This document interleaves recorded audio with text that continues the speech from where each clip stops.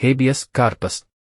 Habeas corpus ಎಂಬುದು ಒಂದು ಕಾನೂನು ಆದೇಶವಾಗಿದ್ದು, ಇದರ ಮೂಲಕ ಒಬ್ಬ ವ್ಯಕ್ತಿಯನ್ನು ಕಾನೂನುಬಾಹಿರವಾಗಿ ಬಂಧನದಲ್ಲಿಟ್ಟಿದ್ದರೆ ಅವರನ್ನು ನ್ಯಾಯಾಲಯದ ಮುಂದೆ ಹಾಜರುಪಡಿಸಲು ಆದೇಶಿಸಲಾಗುತ್ತದೆ.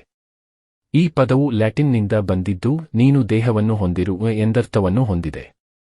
ಇದರ ಮುಖ್ಯ ಉದ್ದೇಶವು ವ್ಯಕ್ತಿಯ ಸ್ವಾತಂತ್ರ್ಯವನ್ನು ರಕ್ಷಿಸುವುದು ಮತ್ತು ಸರ್ಕಾರ ಅಥವಾ ಇತರ ಅಧಿಕಾರಿಗಳು ಯಾವುದೇ ಕಾನೂನು ಆಧಾರವಿಲ್ಲದೆ ಯಾರನ್ನಾದರೂ ಬಂಧಿಸದಂತೆ ತಡೆಯುವುದು.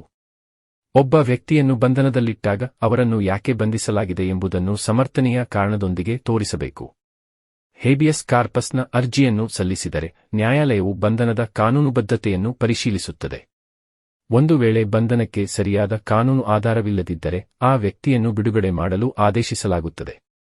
ಈ ಕಾನೂನು ವ್ಯವಸ್ಥೆಯು ವ್ಯಕ್ತಿಗಳ ಹಕ್ಕುಗಳನ್ನು ರಕ್ಷಿಸುವಲ್ಲಿ ಮತ್ತು ದುರಾಡಳಿತವನ್ನು ತಡೆಗಟ್ಟುವಲ್ಲಿ ಪ್ರಮುಖ ಪಾತ್ರವನ್ನು ವಹಿಸುತ್ತದೆ. ಭಾರತದ ಸಂವಿಧಾನದ 32 ಮತ್ತು 226ನೇ ವಿಧಿಗಳ ಅಡಿಯಲ್ಲಿ ಯಾರಾದರೂ ಹೇಬಿಯಸ್ ಕಾರ್ಪಸ್ಗಾಗಿ ಸುಪ್ರೀಂ ಕೋರ್ಟ್ ಅಥವಾ ಹೈಕೋರ್ಟ್ಗೆ ಅರ್ಜಿ ಸಲ್ಲಿಸಬಹುದು. ಇದು ತುರ್ತು ಪರಿಸ್ಥಿತಿಯ ಸಮಯದಲ್ಲಿಯೂ ಕೆಲವು ಷರತ್ತುಗಳೊಂದಿಗೆ ಲಭ್ಯವಿರುತ್ತದೆ. ಒಟ್ಟಿನಲ್ಲಿ ಹೇಬಿಯಸ್ ಕಾರ್ಪಸ್ ಎಂಬುದು ವ್ಯಕ್ತಿಯ ಸ್ವಾತಂತ್ರ್ಯವನ್ನು ಕಾಪಾಡುವ ಮತ್ತು ಕಾನೂನಿನ ಚೌಕಟ್ಟಿನಲ್ಲಿ ನ್ಯಾಯ ಒದಗಿಸುವ ಒಂದು ಪ್ರಮುಖ ಸಾಧನವಾಗಿದೆ.